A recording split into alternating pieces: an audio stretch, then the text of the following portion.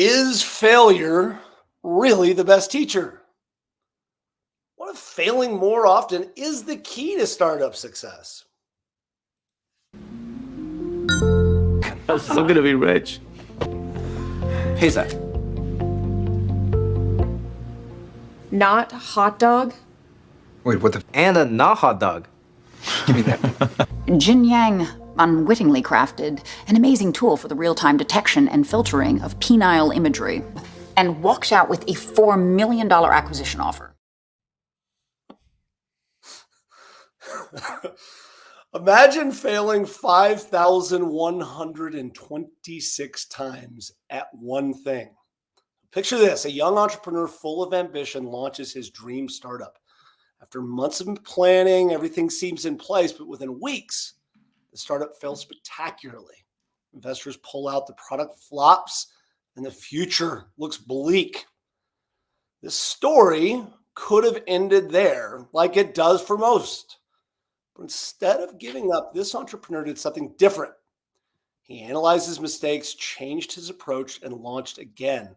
This time he failed faster and intentionally. Each failure taught him something new, bringing him closer to success. The entrepreneur, the legendary James Dyson, the man behind the billion-dollar Dyson brand. Dyson's journey included over 5,000 failed prototypes before he succeeded in his revolutionary vacuum cleaner. His story shows that embracing failure isn't just about surviving, it's about thriving. It's about failing fast and failing often, and using those failures as stepping stones for success. Today, we talk about the F word. No, not that F word, Anthony. We're here to talk about failure, specifically how to fail fast, fail often, and how do we as founders embrace failure for our future startup success? How does Anthony feel about failing at picking a co-host? We'll dive into all that and more on today's How to Founder.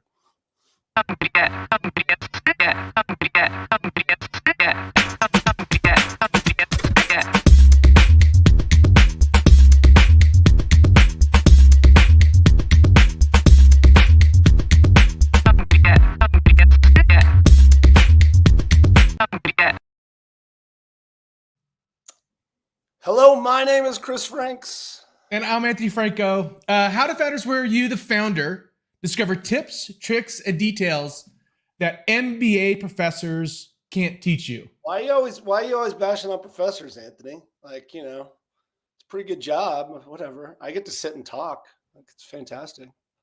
What?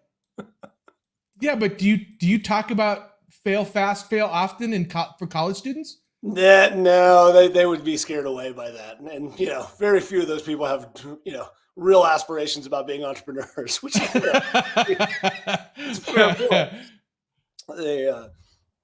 So Anthony, today I actually love this topic. Like, we are talking about something that is very, very near and dear to my heart, because here's one thing that we know, Anthony. If you do this job, if you want to be a founder, failure is going to be an everyday occurrence for you, right? Like, it is something you have to get very, very comfortable with. But you've had your share of success and a few failures along the way. What is your mindset? How do you approach the concept of failures and embrace it rather than something to avoid? Well, when I first started out, I thought that everything I would touch would turn to gold, and never thought about failure. And if when I developed my first product, I'm like, what do you mean you don't like it? Like, what do you mean you don't like my idea for this thing? And you either embrace failure as the thing that keeps you going, or you die as an entrepreneur, you die as a founder, you die as a company. So you learn this concept really quick, that success is just a small iteration of failures, period. But here's the thing, and this is the piece that, and it's probably like the thing I wish I could go back and talk to my early entrepreneurial self about the most, because when you quit, when you go, and like you kind of did this your whole life, but I had a job, I had a thing called a 401k, I had a savings account. I know, wild, right? I had these things, and when I quit, I put so much of my ego into the fact that I was no longer going to be a corporate guy. I was going to go and do this whole wild entrepreneurial thing. And that early failure absolutely destroyed me, man. Like it felt so fucking bad. It hurt. And so I wish I could go back and talk to my early self, but like, was that for you all along? Did you just have the mindset? Did you just shift, or how did it teach you? And was that a journey? Well, I mean, no, the very first time I started a company, I delusionally felt like it was brilliant out the gate, and just like you, it felt miserable when customers told me I was full of shit. So yeah, I think this is a natural mindset progression, and this is like, we can tell entrepreneurs this, right? And you can explain what this feels like. It's a lot like telling somebody how cold the water is before they jump in. They believe you, but they don't really know until they dive into the pool, right? They're like, oh, holy cow, this is cold. Like, yeah, I told you. That's exactly what this feels like. It's like you won't know until you jump in. It's like being a parent when you're just like, hey, you really shouldn't do that, and your kid's like, okay, I'm going to do it anyway. And you're like, right. So talk about, if you will, what that progression looked and felt like, because for me, it was not without significant amounts of pain and mental health challenges along the way. Yeah, well, I think the progression is, as you go through the journey of becoming an entrepreneur, you start to recognize that, I always hated this concept of fail fast, fail often. People call it fail forward. But in reality, there's no better way to explain it. It's the shorter you can tighten up the iteration cycles between failures, the quicker you're going to get to something that will be adopted by the market. So I think that, my first failure took me 2 years. Then my next one was like a year. And now it's like, all right, what am I failing at today? And where can I go punch holes in stuff that I'm doing, or punch holes in the product that we're offering, and test it and see where my blind spots are as quickly as possible, so that I can get to that next iteration and next iteration. So it's just shortening that failure iteration cycle as you move forward, and just kind of getting used to, I guess it's a really humbling experience to recognize that you don't know jack squat. And you have to just get comfortable with the fact that you don't. One of the things that you and I share, and this is one of the things that we bonded at, is that when I first started my first company, I thought I knew fucking everything. I thought I was the smartest guy in the world. And today, after now almost 20 years of doing this job, I feel like I don't know a thing, to the point where, you'll say like, hey, great day outside. And I'll be like, really? Is it nice? Yeah, seems subjective to me. I'm not sure that I know. Like, yeah, there's concepts about this, right? I mean, you have different understanding. You have different levels of understanding of a thing that you're getting into. Yeah, at first you're like, you learn just enough to think that you know it all, and then you dive deeper into it, and you're like, oh, okay, so I need to dive deeper, and you know more and more and more and more, and then you think you know it, and then you uncover something else, and you're like, well, I'm just scratching the surface. It goes so deep. So in reality, the more you know about a subject, the more you realize you have to learn. This is my journey. And with a 19-year-old entering college student, this feels very, very familiar to me, which is like, oh, he's the smartest person in the world right now. And I was too. When I graduated high school, I was the smartest person. You're done. You're ready to go. Like, I don't even know why I need to go to college. Like, they should just give me the diploma right now, all that sort of stuff. But you get to college and suddenly you realize that you're sitting in the rooms full of really smart people, and some of which have made it their life's work to study the one thing that you want to talk about. Like, okay, maybe I'm not quite as smart as I thought I was. And, gets a little humbling. So the question to add really quick to that, Chris, it's also something I use when talking to other people. If they say something with absolute certainty, I know they're full of it because they don't know their subject. They don't know their subject deep enough. Because you talk to people that are in like quantum mechanics or quantum computing, and they'll tell you everything. And then you talk to the people that really understand the science, and they go, I don't really understand how this works. Who knows, right? So the deeper you know, it's like the deeper you know about a subject, the more the more humble you are about it, period. Yeah. The thing that's interesting, and this is one of the main points that I wanted to hit on today, which is there is a persona that you need to take on as an early stage founder. And that, let's call it the sales guy or the pitch guy or the confidence man or whatever you want to call that. We'll call this confidence man. Flame. This is like con man, okay. The hype man, right? Okay.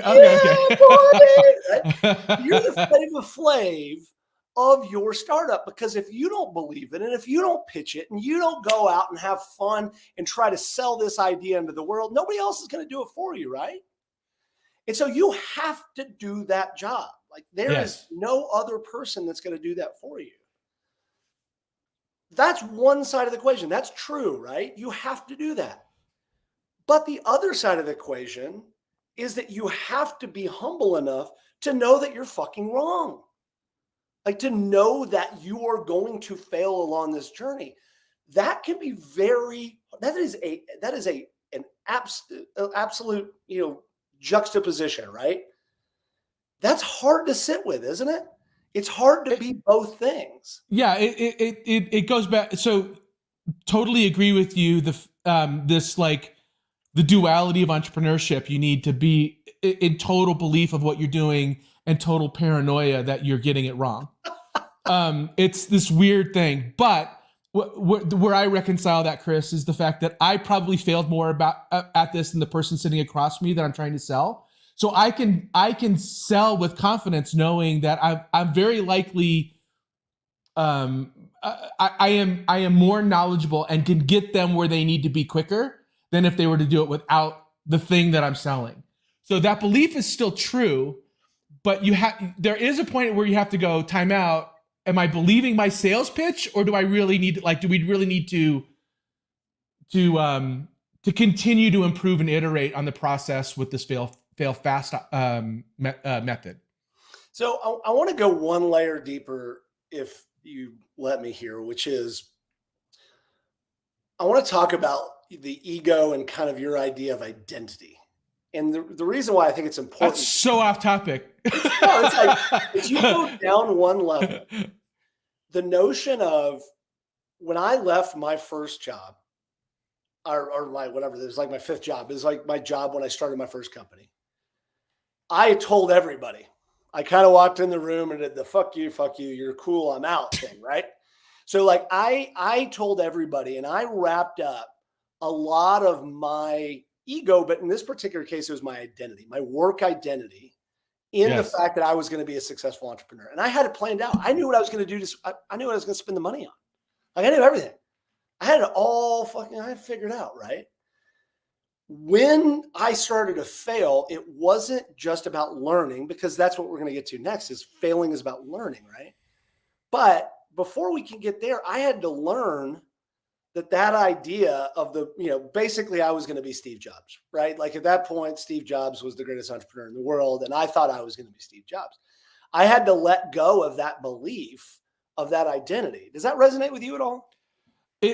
Well, yeah. I mean, so actually, in exactly 1 week, we're going to be diving deep in this concept of founder ego and how it plays a big role in the success and failure of companies. What do you mean? I'm just teasing episodes. Yeah, you're teasing episodes on. I'm a professional podcast host.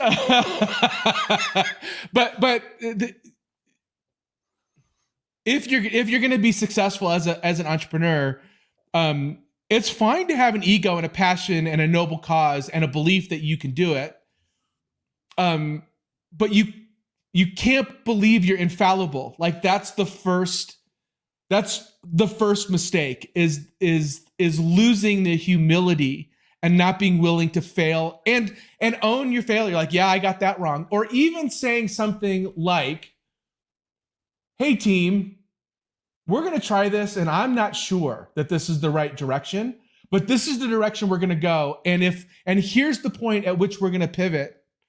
If it's wrong, I mean, we do this at How to Founder, right, Chris? We're like, here's the point at which we start to rethink this, but we're going to go this direction hard for the next 30 days or 60 days. Yeah. So you have to, going into it, right, you have to recognize that you have to recognize the uncertainty of it, but still say you're going to go at it full force and to give it an honest gut try to see if you're right and to learn correctly. To the point when you and I got together and being like, hey, let's do a podcast together. We started with the assumption like, hey, we're going to get this wrong. Like we don't know anything about this. We just are passionate about making sure that entrepreneurs have the information that they need to make smart decisions and that we can make some sort of value out of our many, many failures. Even though we know that probably they're going to still jump in the cold water, right, Anthony? Like we know, like, hey, you shouldn't do this, but the first rule of becoming a founder is don't become a founder. So as we kind of go to this next logical step, so we talk about this idea, like you got to separate from your ego. But the thing that really helped me was a concept that kind of came out at the same time, which says that every organization at its core needs to be a learning organization. You as an organization, any organization, particularly startups, because you have the idea that you can move much faster through those cycles. But really any company, its core purpose is to continue to learn. First of all, do you agree with that premise before we take the next step? Is that true for you? So the problem I have with that, it's a lot like a lot of entrepreneurial advice.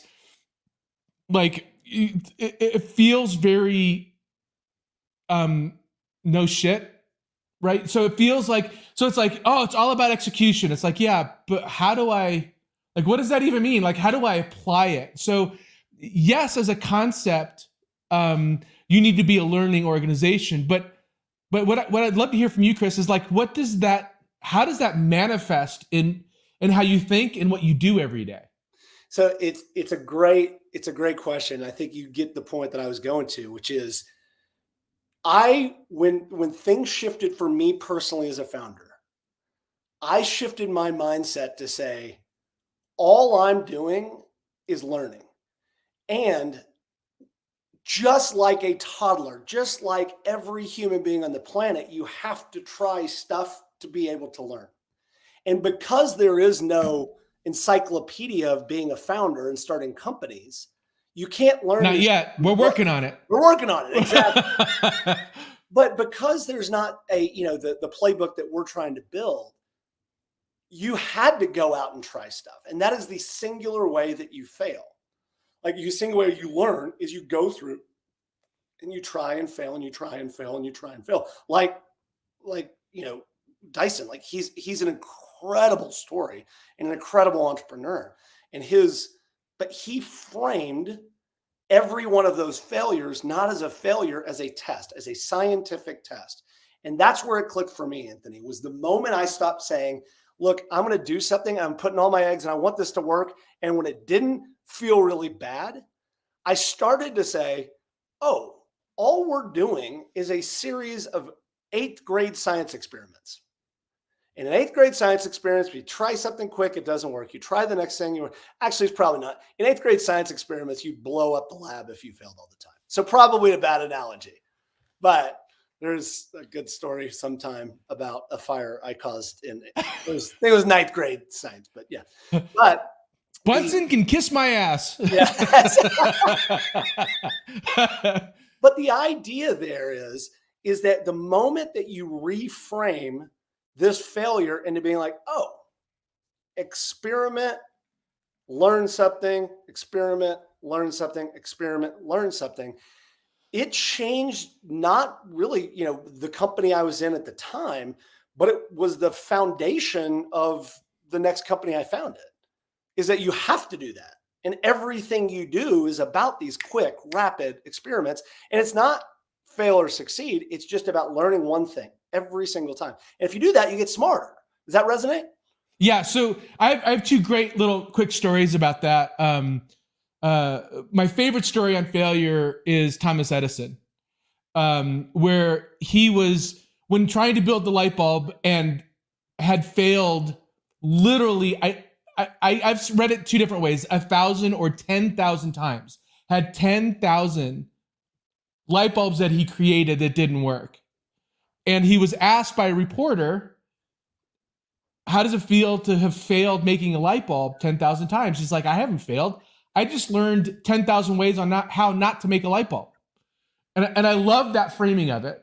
I do too. I wonder if it's actually true. I do. I want to believe it's true, so I'm not looking it up. So I'm just going to keep telling that story as if I believe it. Yeah, exactly. If you believe it enough, it becomes true. I've read it on the internet, so it's got to be true. Oh yeah, exactly. And the other story, again, secondhand story that I heard was this story about an IBM consultant that made $1 million mistake. He did something that cost IBM $1 million, and he was called into his boss's office, fully expecting to be fired, and sat down in the chair and looked at him, and he's like, am I fired? And his boss said, what are you talking about? It just cost me $1 million to teach you this thing. You're not going anywhere. I love how that kind of frames the mental model for how to think about failure. You're going to fail, full stop. Now, how do you leverage that to compete in a marketplace where not everybody embraces failure? I've got my addition to that is, I think I can just say his name. It was like our mutual friend, Jim Franklin. He was the CEO of SendGrid, and incredible Denver startup story. And so many of his ideas are things that I've stolen down through the years as far as being a good CEO.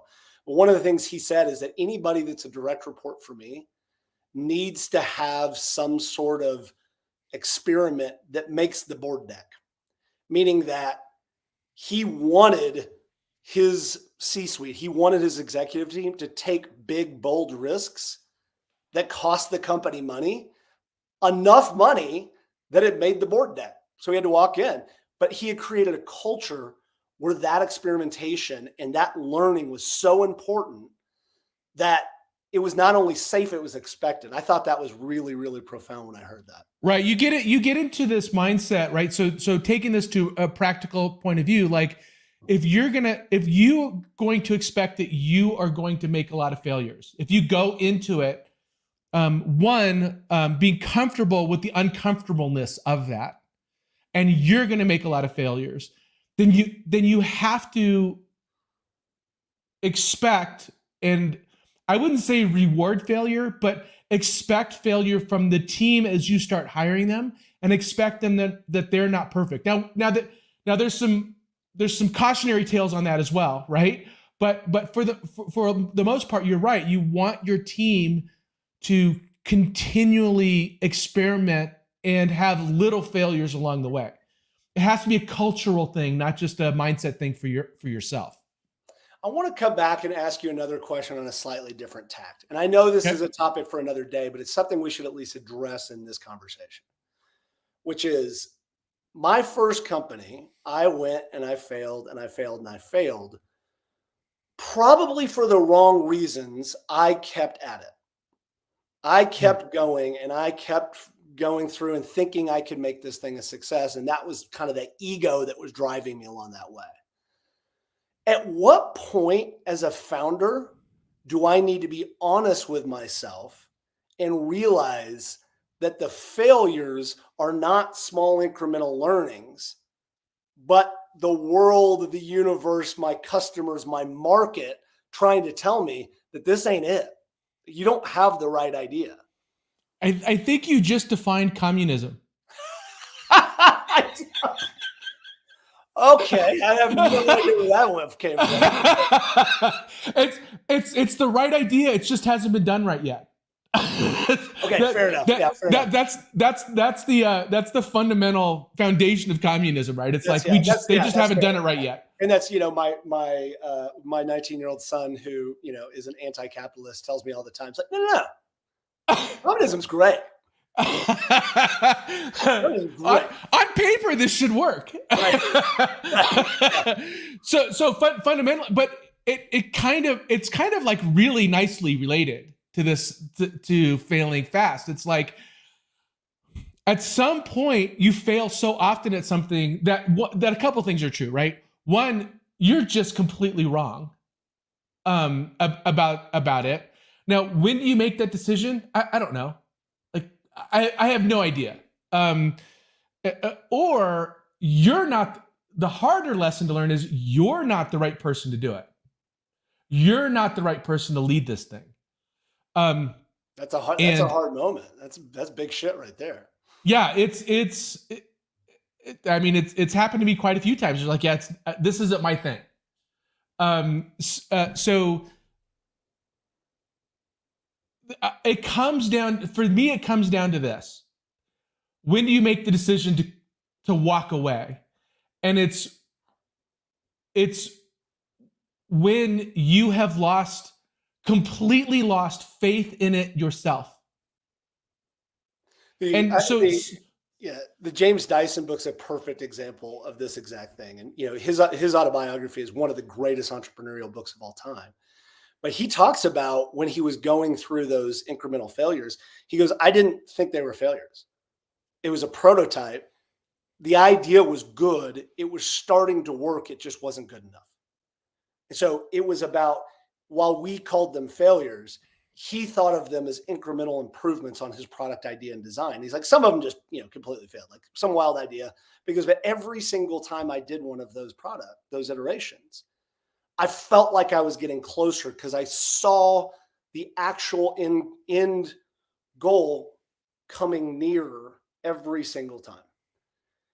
I think that the piece that for me, I didn't see the end goal coming closer. I was just spinning my wheels. Right. You lost faith. You lost faith in either the idea or your ability to execute on the idea. And now there's moments where that happens to every entrepreneur. So it's not that when you have that feeling, it's when that feeling is pervasive and continuous, where it's like, okay, I need to walk away, which means, by the way, that there's going to be a lot of delusional entrepreneurs that never quit that should.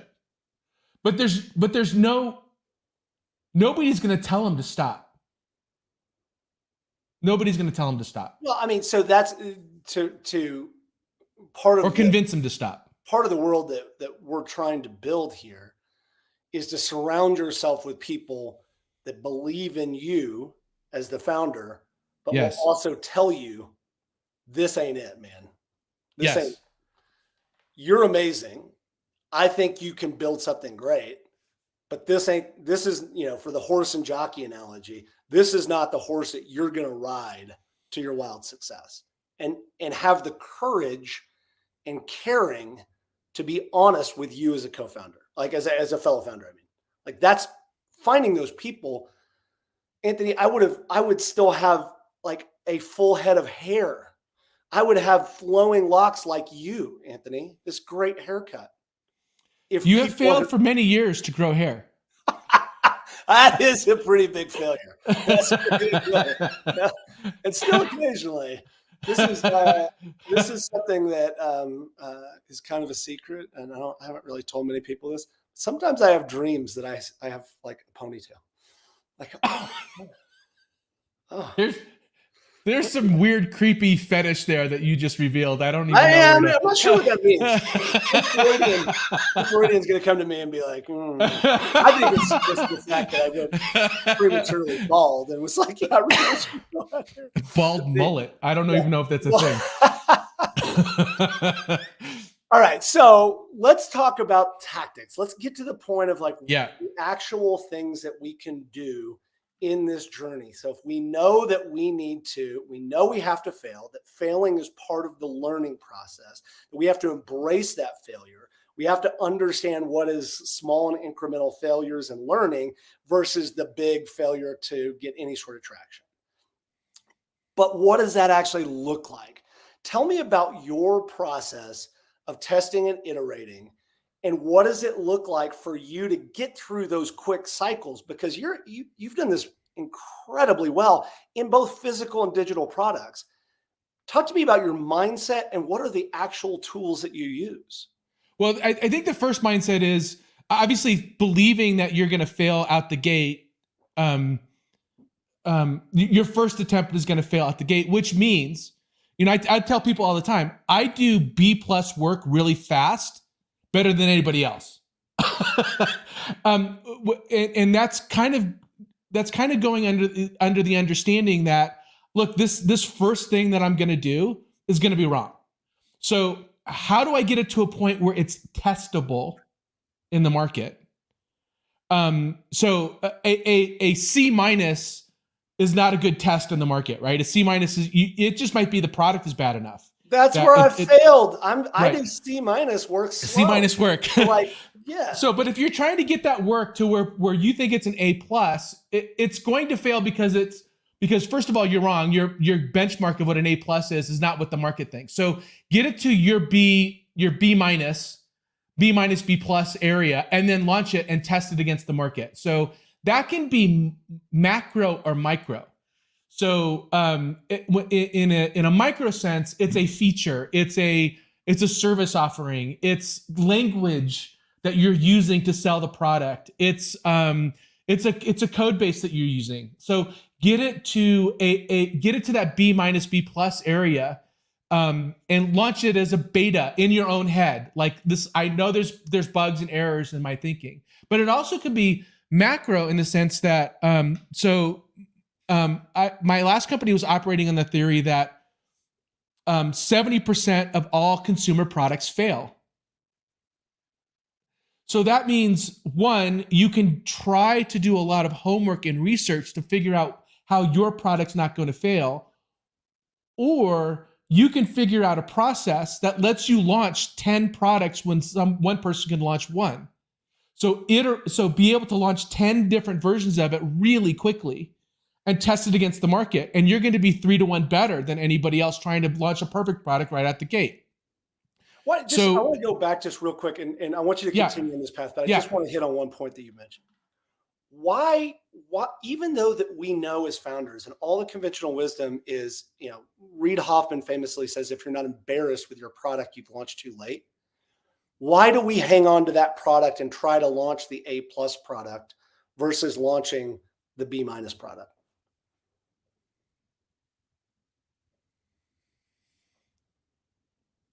Because criticism sucks. It's hard to hear somebody say to your face or on a review or hear it from a reporter that your thing sucks. Now, when it's to get to a reporter, it better be pretty damn good because you're going to get press around it. But nobody wants to. I mean, this is your baby's ugly thing, right? It's a natural thing that you don't want to hear that the thing that you just built suck. In fact, it's worse because you start to defend or position your idea in a way that so that it's hard to criticize you for what you just did. So one thing planning to do little failures is you go into it looking for the critique versus looking for the validation of what you just did. So if you go into it knowing that you're going to fail and that you're looking for failure to make it better, by default, it's going to force you to make it better. That's called being human, right? Yeah. It's called being human. And it's Yeah. really hard to do what we're suggesting. But when you could figure it out, like you go in being like, I know this sucks, but I'm just getting it out there. Like it's when you and I launched this podcast, we talked about it for a week and said, okay, let's do an episode. Like we just did it. That's right. And we're failing twice a week, Chris. It's pretty good. All right. So the next part of this thing is the process that you go through. So you've been iterative. You're going through. You've taken it as part of your business model to launch products that you think are going to fail, but something you're going to get maybe some traction in. What about in the digital world? Like, what are some other tactics that you've used in those quick iterative cycles?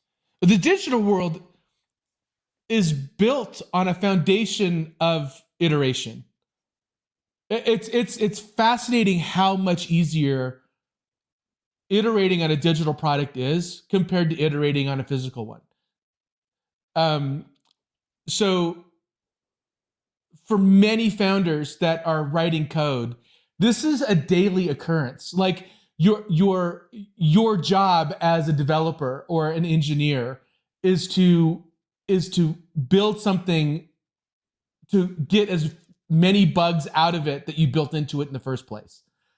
So it's almost inherent with the role of digital. If you're not failing and going into something and you're a digital product developer, you're in the wrong job. Like this is just part of the game. So for many of those folks, this is like, yeah, duh. Like this is, of course it is. The error I do see engineers make all the time here. So what does happen is over engineering something. And this goes to another podcast episode that we have coming up is we're going to talk about the Elon Musk algorithm where almost everything's over engineered. So using duct tape and chewing gum to launch something is an appropriate way to get something out in the market. And then knowing that you're gonna have to rebuild it. That's certainly a way to go into it. But really seasoned software developers, they don't make this mistake. Okay, here's my $1 million hack for founders. Great. Giving away for free exclusively right here on How to Founder. When we start companies, the first thing we do incorrectly, but we do it, is we start with brand. And yes. So we start with who are we? What does this mean? What's our logo? And we put that on LinkedIn, and then all of our friends like it. And because we started a new job as the founder of this thing. Start another company that you don't put on LinkedIn. And when I say company, just get a URL, get some sort of thing that is your dummy brand. And your dummy brand becomes the thing that you, in your mind, you don't care about. There is no brand equity. Even though there's no brand equity in your real company, you think there is, right? Create an Instagram page, create a LinkedIn page, create something where you can put all of your terrible ideas or run ads or put stuff on a website or whatever testing and iteration you want to do there to a brand that you have set up for failure. Because that offers that separation for you when you say, oh my God, this is me. This is who I am. It's on LinkedIn. I care about this thing. Start something you don't care about then and go test on that. Use that as your sandbox, your playground, whatever else. There you go. Everybody, you guys can write me checks when you're billionaires. Chris at How to Founder, whatever. Just 10% of equity would be fine. Don't use whatever. Yeah, it goes back to that launch 10, expect 3 to succeed, right? I mean, I always thought. I remember when the CARES Act launched their portal way back when, and it was a miserable failure. And they spent, I don't know, $100 million, $200 million on the effort to launch that thing. But I have no idea. Yeah, it was this ridiculous. What I remember thinking to myself, so I think it was, let's just call it $100 million to launch this thing. What I was thinking to myself is, why didn't they hire 10 companies to build it for 10 million, $10 million software project, you could build an awful lot of really cool stuff for 10 million, even back then. Why didn't they hire 10 companies for $10 million to build it and pick the best one? And that's really the mindset that you should go into any venture. I'm going to have to launch 10 of these to figure out which is the right one. So to your point, Chris, it's brand, it's the product, it's the messaging, it's the advertising, it's the keywords that you buy, all of it. You're going to be wrong 9 times out of 10 when you start. And don't give a shit about your brand equity. Okay, I think we've gotten to some pretty good stuff here. So I want to kind of wrap up, but Anthony, weigh in here. There's 2 sides to this concept of failure. The first is we know it's inevitable. We know that there is going to happen. So you as a founder need to come in with the right mindset. You need to prepare yourself for this idea that failure is going to be part of it, and remove your ego, your sense of identity from early success particularly. And the second is the tools and techniques around doing that comes from maybe doing a dummy brand, launching 10 things in the market with the expectation that most will fail, using every single one of those iterations as something to learn, documenting those experiments and trying to learn off of those like James Dyson did. Is there anything else that you want to do is to kind of put a point on both sides of this equation? I would just argue, so I would say that asking me to remove my identity or ego from it is an impossible ask. It's just have patience with it. Like, know that the first thing that you're going to do is not wrong, but you're in it for the long game. So just know that it's going to take you 10 times and that your identity is wrapped in the 10th iteration, not the first.